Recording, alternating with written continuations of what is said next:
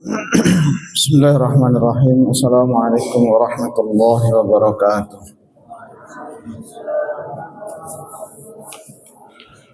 Innal hamdalillah nahmaduhu wa nasta'inuhu wa nastaghfiruh wa na'udzu billahi min shururi anfusina wa sayyiati a'malina. May yahdihillahu fala mudilla lahu wa may yudlil fala hadiyalah. Asyhadu an la ilaha illallah wahdahu la syarikalah wa asyhadu anna Muhammadan 'abduhu wa rasuluh. Allahumma salli wa sallim alaihi wa ala alihi wa ashabihi wa man tabi'ahum bi ihsanin ila yaumiddin, amma ba'du. Ahibati fillah, azakumullahu jami'an, ala asatidah wa tullab wa talibat wa ikhwati fiddin, azakumullahu jami'an. InsyaAllah melanjutkan pembahasan kita pada kitab Syarah Ushulus Tsalatsah yang ditulis oleh beliau Fadilatul Syekh Muhammad bin Shalih Al-Utsaimin rahimahullah. Pada kesempatan yang lalu kita membahas qaulul muallif wa a'dhamu ma amara Allah bihi tauhid wa huwa ifradullah ta'ala bil ibadah. Perintah paling besar yang Allah Ta'ala perintahkan kepada kita adalah perintah bertauhid, yaitu mengesahkan Allah Subhanahu wa Ta'ala dalam beribadah. Yang beliau maksud di sini adalah tauhid ibadah, yaitu tauhid uluhiyah. Kalimah la ilaha illallah, tiada ilah yang berhak disembah dengan benar kecuali Allah. Nah, ini adalah tauhid ibadah. Tidak boleh ibadah diberikan kepada selain Allah. Namun secara umum tauhid itu terbagi menjadi tiga yang sudah kita sebutkan. Yang pertama tauhidul ibadah, yaitu tauhid uluhiyah. La ilaha artinya tidak ada ilah, dan ilah artinya al-ma'luh yang diibadahi, al-ma'bud yang disembah, ya, dengan benar, illallah, kecuali Allah Subhanahu wa Ta'ala. Artinya yang disembah, yang diibadahi dengan benar, tidak ada di muka bumi ini kecuali Allah Azza wa Jalla. Kemudian yang kedua adalah tauhid rububiyah, bahwa Allah Subhanahu wa Ta'ala menciptakan alam semesta, mengatur, memberikan rizki, menghidupkan, mematikan, itu adalah hak Allah, dan satu-satunya tidak boleh atau tidak ada seorang pun dari manusia atau sesuatu pun dari kalangan makhluk di alam semesta yang membantu Allah Subhanahu wa Ta'ala dalam penciptaan atau yang serupa dengan Allah ketika menciptakan, ya, tidak ada sama sekali. Dan tidak ada yang bisa walaupun menciptakan sebesar lalat. Menciptakan makhluk hidup sebesar lalat pun tidak akan pernah bisa. Karena itu hanya Allah Subhanahu wa Ta'ala. Maka ketika ada yang mengklaim bahwa yang menciptakan alam semesta ini selain Allah ada, maka dia telah ingkar terhadap rububiyah Allah Subhanahu wa Ta'ala sebagai pencipta. Ini yang kedua. Yang ketiga tauhidul asma wa sifat, yaitu mengesahkan Allah Subhanahu wa Ta'ala terhadap apa yang Allah khususkan untuk dirinya sendiri dari nama-nama yang mulia, sifat-sifat yang indah, yang tidak boleh makhluk memilikinya. Seperti Al-Alim, Allah Subhanahu wa Ta'ala Maha mengetahui, dan sifatnya Allah Ta'ala tahu segala sesuatu. Dan Allah mengetahui sebelum terjadinya, saat terjadinya, setelah terjadinya sesuatu, dan segala sesuatu itu telah tercatat di Lauhul Mahfuz dan seterusnya. Allah Subhanahu wa Ta'ala di antara namanya adalah As-Sami', Allah Maha mendengar tanpa batas pendengaran Allah Subhanahu wa Ta'ala, dan sifatnya Allah mendengar, Maha mendengar dan mendengar. Namun ketika kemudian dikontroversikan, konfrontir dengan pendengaran manusia, tentu tidak akan pernah sama. Melihatnya manusia mendengarnya manusia sifatnya terbatas. Ya, sifatnya apa? Terbatas. Karena Allah Subhanahu wa taala menegaskan laisa kamitslihi syai'un wa huwas samiul basir. Tidak ada yang serupa dengan Allah Subhanahu wa taala sedikit pun, dan Dia Allah Maha mendengar lagi Maha melihat. As-Sami' mendengar, Al-Basir Maha melihat. Jadi Allah menegaskan Maha mendengar, Maha melihat. Lu melihat, mendengarkan serupa dengan makhluk. Mendengarnya Allah, melihatnya Allah tanpa batas. Mendengarnya makhluk, melihatnya makhluk, penuh dengan keterbatasan. Allah Subhanahu wa taala berikan kemampuan kita seperti ini, penuh dengan keterbatasan, penuh dengan kelemahan, dan seterusnya. Nah, Allah Subhanahu wa taala Maha mendengar, bukan Allah taala sama dengan makhluk atau serupa dengan makhluk, tapi Allah Subhanahu wa taala mendengar tanpa batas, dan sebagaimana Allah Subhanahu wa taala melihat juga tanpa batas, tidak sebagaimana makhluk. Baik. Dan masalah pembahasan taqsim, pembahasan pembagian ini sudah kita bahas pada kesempatan yang lalu, ya. Dan ini adalah amrun ijtihadi yang kemudian memang tauhid kembalinya kepada tiga hal ini. Dalam masalah beribadah, dalam masalah asma dan sifat Allah Subhanahu wa taala. Jadi orang musyrik itu terjerumus bukan hanya sekedar mereka menyembah selain Allah saja, bukan itu saja. Ya. Tapi dalam masalah asma dan sifat, bagaimana keyakinan kita menetapkan nama dan sifat Allah sebagaimana Allah menetapkannya di dalam Al-Qur'an, dan juga Nabi sallallahu alaihi wasallam menetapkannya di dalam As-Sunnah. Dan kita menafikan, meniadakan asma dan sifat yang tidak layak bagi Allah Subhanahu wa taala sebagaimana Al-Qur'an dan As-Sunnah menetapkan, tanpa membagaimanakan takyif, terus kemudian ta'til, membuang. Kalau seandainya kita katakan Allah mempunyai sifat ini, oh ini enggak pantas bagi Allah, padahal dalam Al-Qur'an disebutkan, di dalam As-Sunnah disebutkan, lalu kemudian kita pangkas, kita potong. Ini tidak pantas bagi Allah. Nanti kalau kita terapkan ini berarti Allah sama seperti makhluk. Kita pengen lari daripada penyerupaan Allah dengan makhluk, tapi justru terjerumus kepada apa? Penyerupaan terhadap makhluk. Dalil akhirnya yang sahih, sharih, Al-Quran dan As-Sunnah kita buang, seolah-olah itu tidak pernah ada. Atau dengan berbagai macam cara harus kita tidak pakai, dan seterusnya. Maka itu namanya ta'til, membuang asma dan sifat Allah Subhanahu wa taala, dan juga tidak membagaimanakan, tidak menyerupakan Allah Subhanahu wa taala dengan makhluk, ya, dan tidak mentahrif, memalingkan dari makna kepada makna yang lain. Nah, ini banyak yang berbeda pandangan tentang masalah Allah Subhanahu wa taala tidak menyerupakan Allah dengan makhluk. Lalu bagaimana ketika Allah mengabarkan Allah Maha mendengar, makhluk mendengar? Ini yang akan menjadi perbincangan hangat dalam masalah akidah. Maka keyakinan kita meyakini Allah Subhanahu wa taala mendengar dengan namanya As-Sami'. Masa nama tidak memiliki sifat? Allah Maha mendengar, berarti Allah tidak mendengar, begitu? Tidak mungkin. Al-Alim, Allah Maha mengetahui, Allah tidak mengetahui. Al-Basir, Allah Maha melihat, Allah tidak melihat. Karena kalau kita paksakan Allah melihat seperti makhluk. Nah, ini namanya tajsim katanya. Bukan.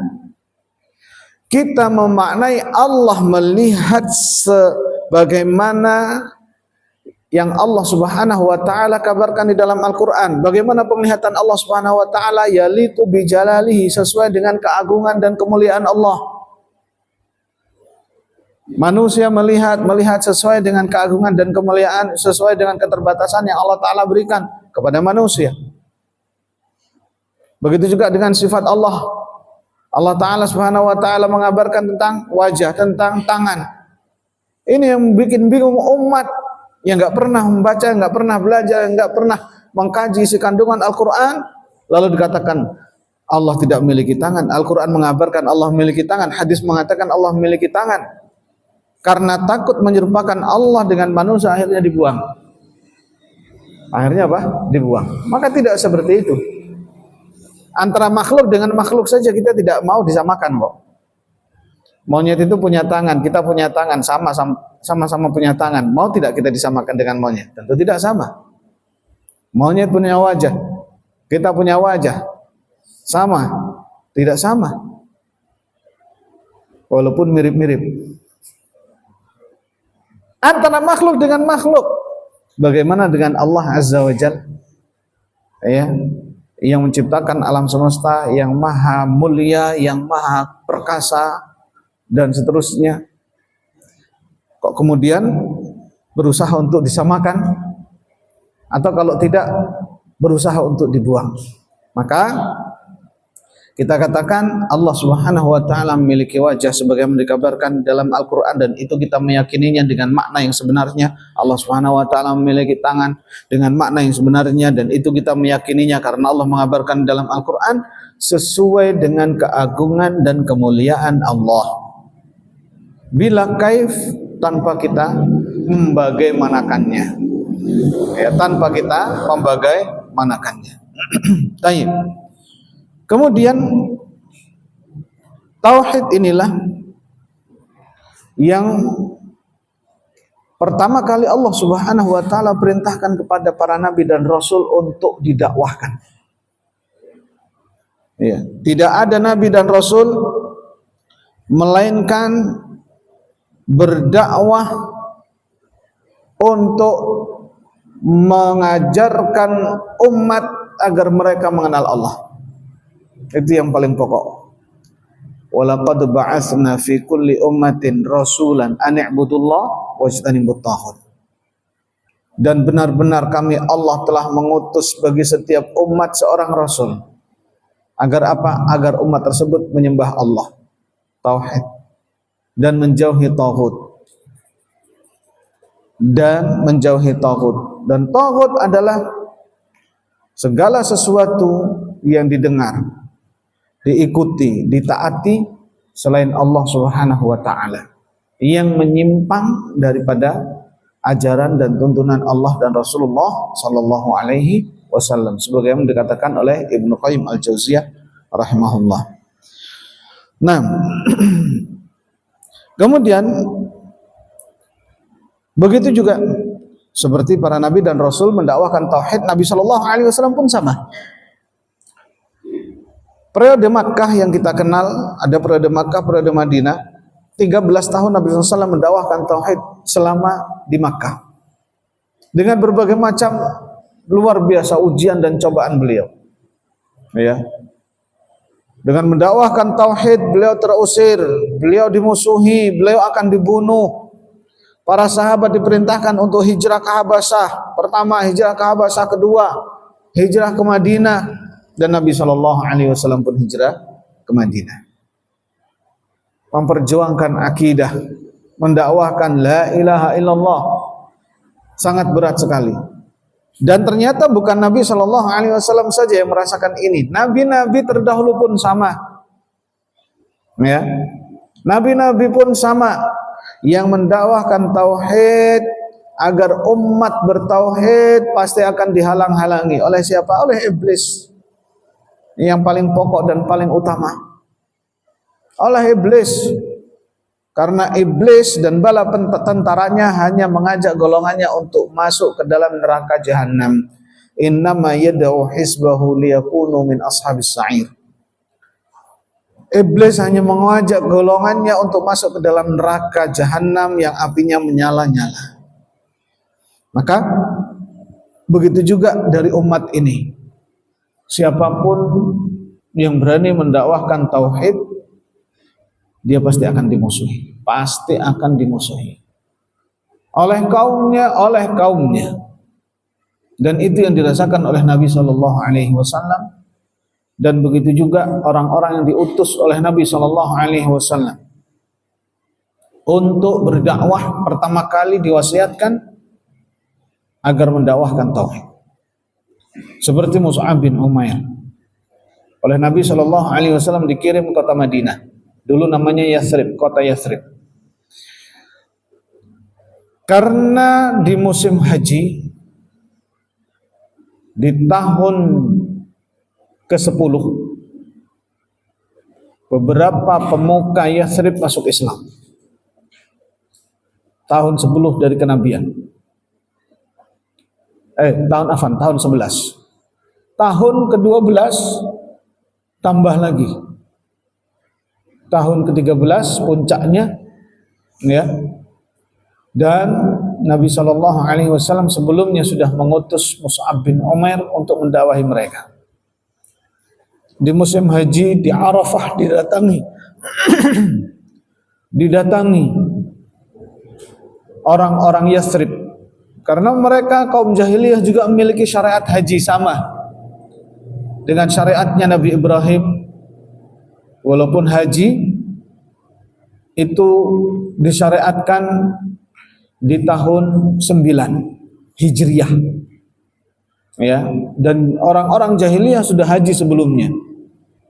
Maka mendatangi pos-pos mereka untuk didakwahi, mengingat di Makkah sudah tertutup semua pintu.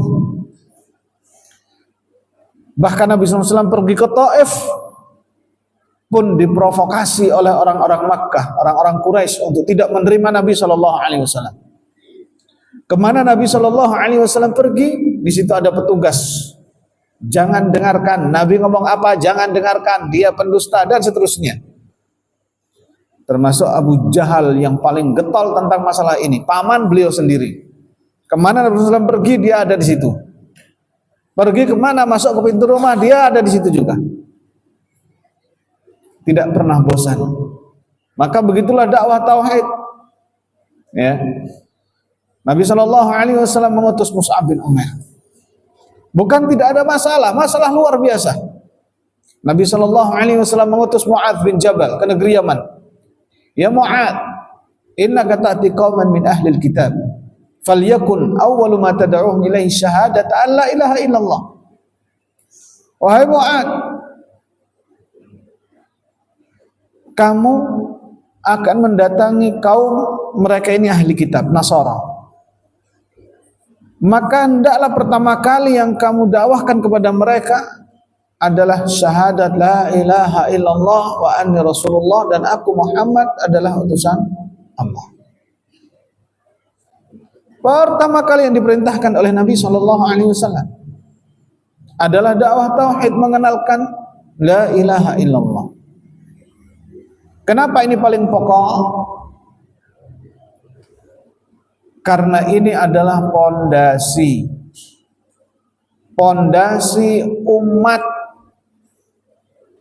Seperti apa pondasi kuatnya, maka akan seperti itu pula lah kuatnya bangunan yang ada di atasnya. Kalau pondasinya kuat, maka Islamnya akan kuat. Jangankan yang wajib, yang sunnah-sunnah saja digarap, apalagi yang wajib dia tidak akan pernah berani meninggalkan. Jangankan yang haram, yang makruh-makruh dia takut. Karena apa? Akidahnya kuat, keyakinan kepada Allah Subhanahu wa taala sangatlah kuat. Tidak ada keraguan sedikit pun. Namun siapapun yang bertauhid, siapapun yang mengajak kepada tauhid, pasti akan dimusuhi. Karena ini sudah sunnatullah sudah. Ya. Para nabi, para rasul, semuanya dan orang-orang yang mengikuti mereka dengan baik pasti akan diuji. Baik. Kemudian wa inna ma kana at-tauhidu, kata Syekh Utsaimin rahimahullah, wa inna ma kana at-tauhidu a'zama ma amara Allah. Dan tauhid merupakan perintah Allah yang paling besar. Li'annahu al-asl alladhi yubna alaihi ad-din. au yambani alaihi dinu kulluhu, karena merupakan pondasi yang terbangun di atasnya seluruh agama. Agama itu bukan hanya sekedar masalah beribadah, tapi yang paling pokok adalah ibadah. Kalau tauhidnya kuat, maka dia pasti akan kuat. Tapi kalau tauhidnya lemah atau tidak ada, apapun yang dibangun di atasnya pasti runtuh. Jangan bermimpi ya ibadahnya diterima, siamnya, puasanya, zakatnya, hajinya, umrohnya, kalau tidak memiliki tauhid, sedekah sebesar gunung pun ketika tidak didandasi dengan tauhid, maka tidak akan diterima. Ini kemuliaan tauhid. Nabi sallallahu alaihi wasallam diingatkan oleh Allah Subhanahu wa taala, la in asyrakta la yahbatanna amaluka.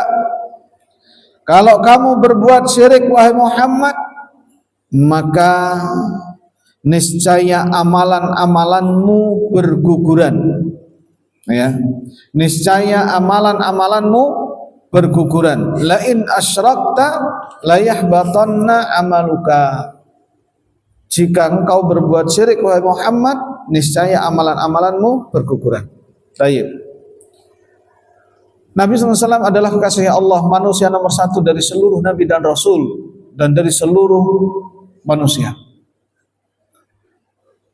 Serasa tidak mungkin beliau berbuat syirik, namun Allah Subhanahu wa taala mengingatkan, kalau sampai engkau berbuat syirik, ya, maka amalan-amalan yang sangat luar biasa yang dilakukan oleh manusia semuanya berkurang. Kalau kamu tidak punya pondasi membangun ini, entah itu pondasi kemudian dengan cakar ayam atau tidak cakar ayam, tahu-tahu digali langsung dibangun, runtuh. Tanpa pakai pondasi runtuh. Bangunan sebesar apapun, semakin besar semakin runtuh, semakin besar semakin runtuh. Karena apa? Pondasinya tidak ada.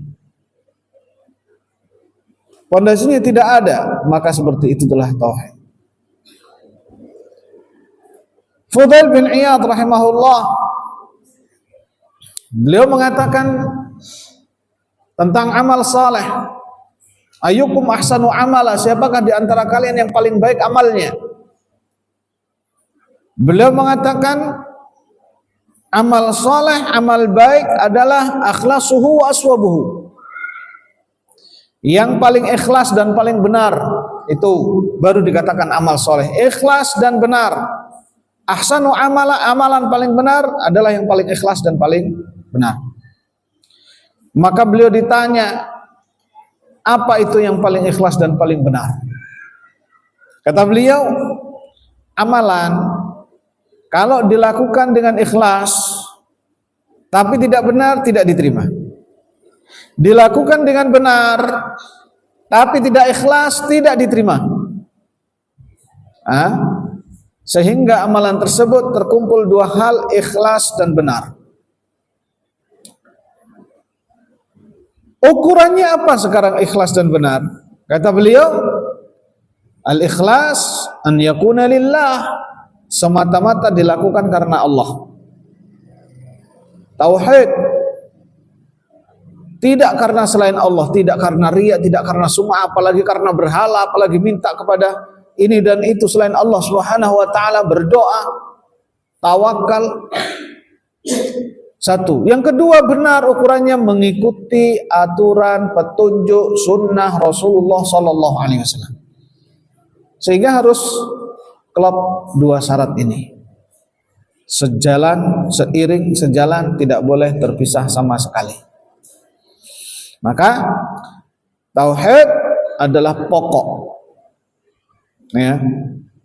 Begitu juga bangunan yang di atasnya harus mengikuti pondasi yang kuat, bangunannya juga harus kuat mengikuti aturan Rasulullah sallallahu alaihi wasallam. Kalau kita pondasinya kuat kok kemudian bangunannya tidak sesuai dengan aturan, insinyurnya adalah Rasulullah, yang membuat set plan ini dan itu semuanya sudah harus diikuti dengan cermat, dengan baik, ya.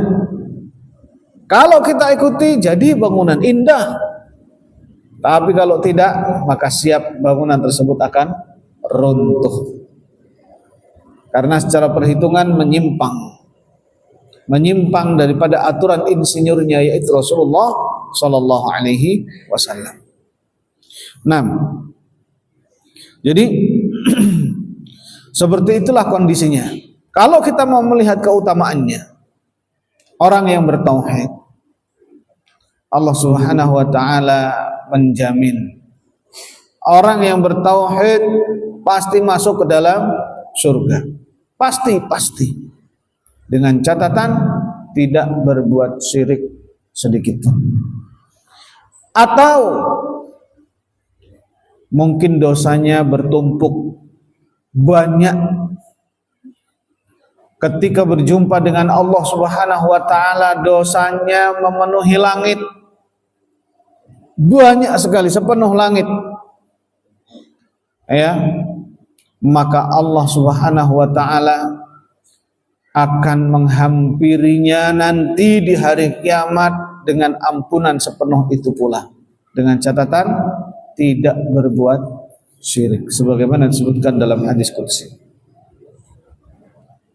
Dan catatan tidak berbuat syirik dalam hadis bitaqah, seseorang diberikan kitab catatannya 99 jilid, satu jilid sejauh mata memandang, semua amal keburukan, tidak ada harapan lagi. Namun Allah Ta'ala mengatakan hari ini kamu tidak dizalimi, pengadilan paling adil. Lalu diberikan satu kartu, satu kartu ini kartu pamungkas, bukan kartu Indonesia Pintar, bukan kartu BPJS, tapi kartu yang bertuliskan La ilaha illallah. Karena nanti kartu BPJS di sana pun sudah tidak berlaku, Pak. Ya, yang berlaku satu kartu ini. Lalu orang tersebut bertanya, apa manfaat daripada kartu ini dibanding dengan 99 jilid sejauh mata memandang, semuanya isinya dosa. Lalu ditimbang antara la ilaha illallah dengan dosa-dosa yang ada, malat bihinna la ilaha illallah.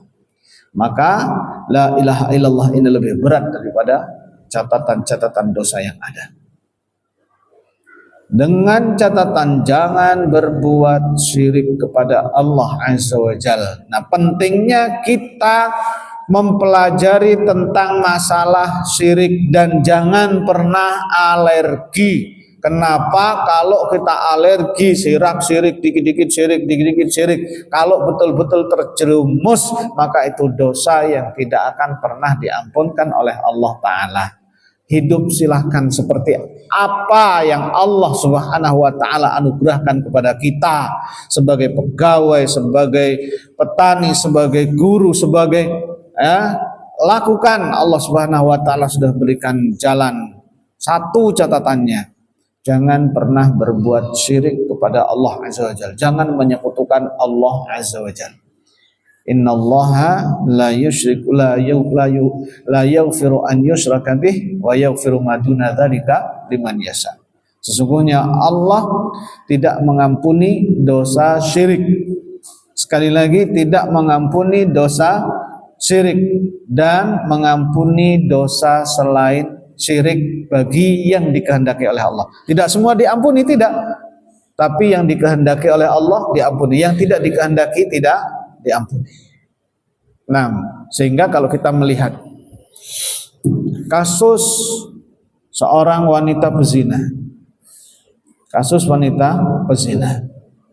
dia pekerjaannya berzina, melihat anjing di atas sumur kehausan, lalu dia ambil sepatunya, kemudian diambil kerudungnya, sepatunya diikat dengan kerudung, dimasukkan ke dalam sumur, ngangkat airnya diminumkan kepada anjing. maka Allah berterima kasih kepada wanita tersebut dan mengampuninya. Diampuni dosa-dosanya. Siapa dia? Wanita pezina. Siapa yang ditolong? Anjing. Dengan seperti itu Allah Subhanahu wa taala mengampuni dosa-dosanya. Para ulama menyebutkan di antaranya Ibnu Qayyim rahimahullah, ini termasuk keagungan tauhid. Wanita tersebut mengesahkan Allah dan tidak menyekutukan Allah walaupun dia melakukan dosa-dosa besar. Allah Subhanahu wa taala mengampuninya. Nah, baik, hibati fillah azakumullah jami'an. Jadi tentang masalah tauhid ini masalah serius. Lawan daripada tauhid adalah syirik, ya. Maka wajib bagi kita untuk mempelajari tauhid lebih dalam lagi, ya, dan juga mempelajari syirik. Bukan kita untuk melakukannya, tapi agar kita terhindar darinya. Ketika ada saudara-saudara kita yang mengingatkan kita, itu perbuatan syirik. Dalilnya ini jelas, nyata. Al-Quran menyebutkan, Sunnah menyebutkan. Gak usah banyak bantah karena kita masih suka. Saudara kita itu yang menegur kita itu berarti sayang sama kita. Jangan sampai kita masuk ke dalam neraka jahanam, gak bisa keluar lagi. Karena dosa syirik itu tidak ada yang ceritanya diampuni oleh Allah Subhanahu wa taala. Ya, selain daripada ayat tadi, banyak ayat-ayat lain yang menegaskan tentang hal tersebut. Pelakunya kekal masuk ke dalam neraka jahanam. Saudara kita mengingatkan, "Mas, jangan lewat situ, di situ jurang. Apa urusanmu?" Dikit-dikit bahaya, dikit-dikit bahaya. Saudara kita itu sayang sama kita kalau masih mau mengingatkan kita. Di situ ada bahaya dan seterusnya. Nah, kemudian beliau mengatakan wa'adhu mana, al-mu'allif mengatakan wa'adhu mana anhu asyirku. Dan larangan Allah Subhanahu wa taala yang paling besar adalah syirik. Wa huwa da'watu ghairihi ma'hu, yaitu berdoa kepada selain Allah, bersamaan dengan itu dia juga berdoa kepada Allah. Kita minta kepada selain Allah, ya, mbah, penghuni ini dan itu, kabulkanlah hajat kami. Terlebih ketika mendengar kalau minta di sini cepat, nggak nyampe setahun, misalnya kan, yang namanya seperti itu kan mungkin apa ya, cepat sekali informasi, ya, sehingga kemudian bahkan tidak sampai setahun tempat ini menjadi begitu ramai, semuanya mengadukan hajatnya. Tidak boleh.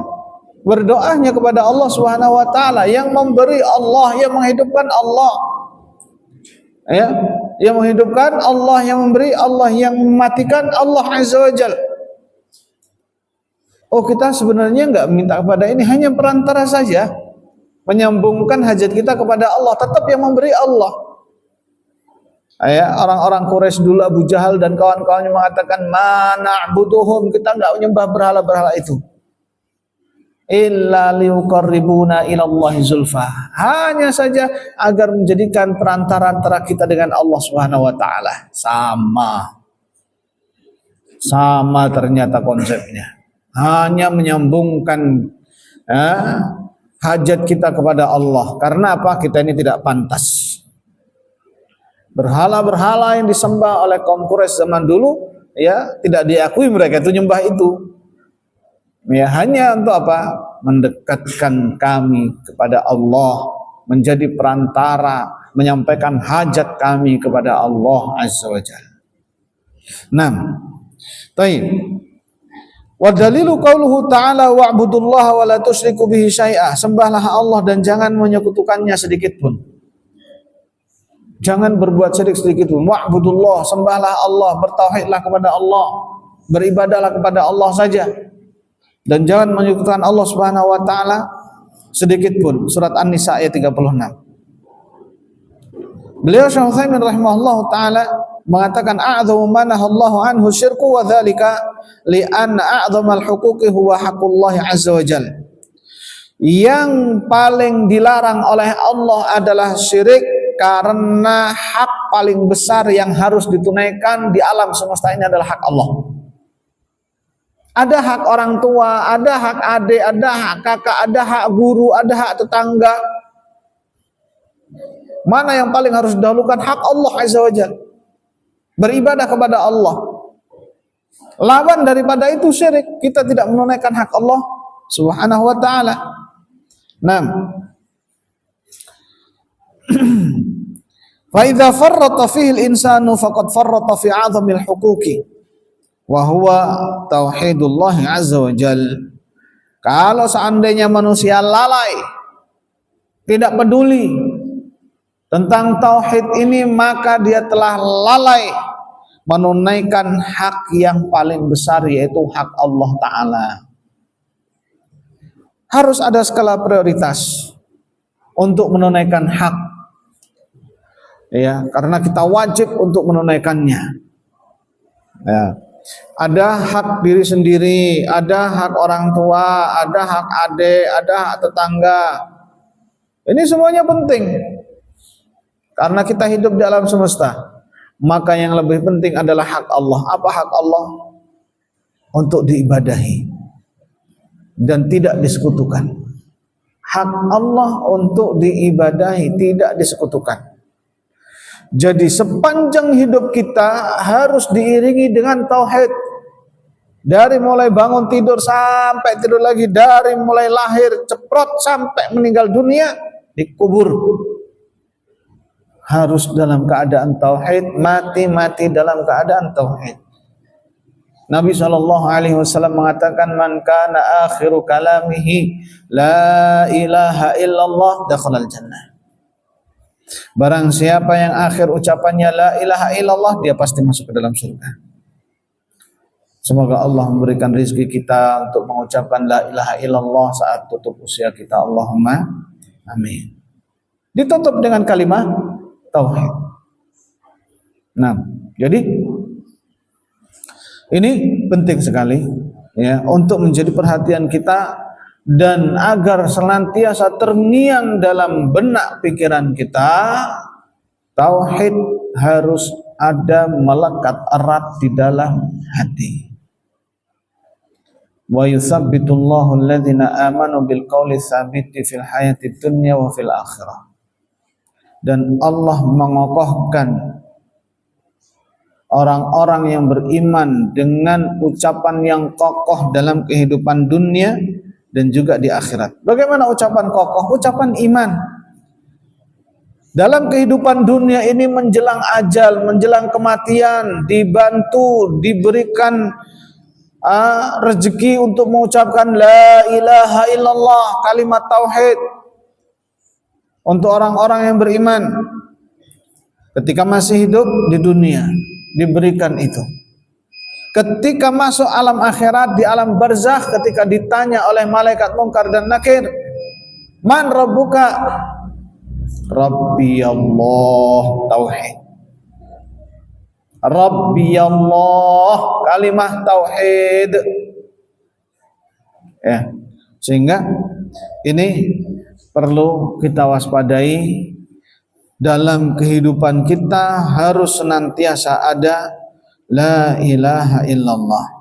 Dan Nabi Allah Subhanahu wa taala, ya, berfirman, innasyirka la zulmun azim. Sesungguhnya kesyirikan merupakan kezaliman yang besar, yang kemudian Allah Subhanahu wa taala menyinggung bagi yang ingin keamanan sempurna, terhindar daripada siksa api neraka dan mendapat hidayah selama hidup di dunia. Allah Ta'ala mengatakan, alladzina amanu wa lam yalbisu imanahum bidzulmin ulaika lahumul amnu wa hum muhtadun.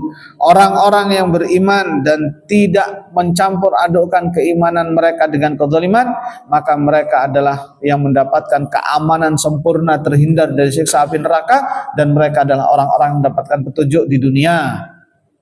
Para sahabat berat ketika mendengar ayat ini. Ya, orang-orang beriman dan tidak mencampur adukkan keimanan dengan kezaliman. Dengan kezaliman di sini dengan dosa. Mereka mendatangi Nabi SAW setelah turun, ya Rasulullah, fa ayyuna la yadhlimu nafsahu. Wahai Rasulullah, siapa di antara kami yang tidak pernah berdosa? Semua pasti pernah berdosa. Ya, artinya beriman tapi berdosa, tidak mendapatkan perlindungan dari siksa api neraka, tidak mendapatkan hidayah di dunia. Karena untuk mendapatkan itu harus iman iya, tapi kok nggak boleh dosa. Kata Nabi beliau mengatakan bukan seperti yang kalian fahami. Alam tasma'u qala al-'abdas saleh. Tidakkah kalian pernah mendengar ucapan hamba yang saleh, yaitu Luqman Al-Hakim? Nah ya, Luqman mengatakan inna syirka la zulmun azim. Sesungguhnya kesyirikan merupakan kezaliman yang besar. Innama huwa syirku. Yang dimaksud dalam ayat ini adalah kesyirikan. Sehingga jangan dicampur adukan antara iman dan syirik. Kalau dicampur adukan antara iman dan syirik, tidak mendapatkan perlindungan dari siksa api neraka dan juga tidak mendapatkan apa? Petunjuk. Seperti itu, wallahu taala alam bisawab. Naktafi bihadzal qadar, kita cukupkan sekian, insyaallah kita sambung pada kesempatan yang akan datang. Subhanakallahumma bihamdika asyhadu an la ilaha illa anta astaghfiruka wa atubu ilaik. Wassalamualaikum warahmatullahi wabarakatuh.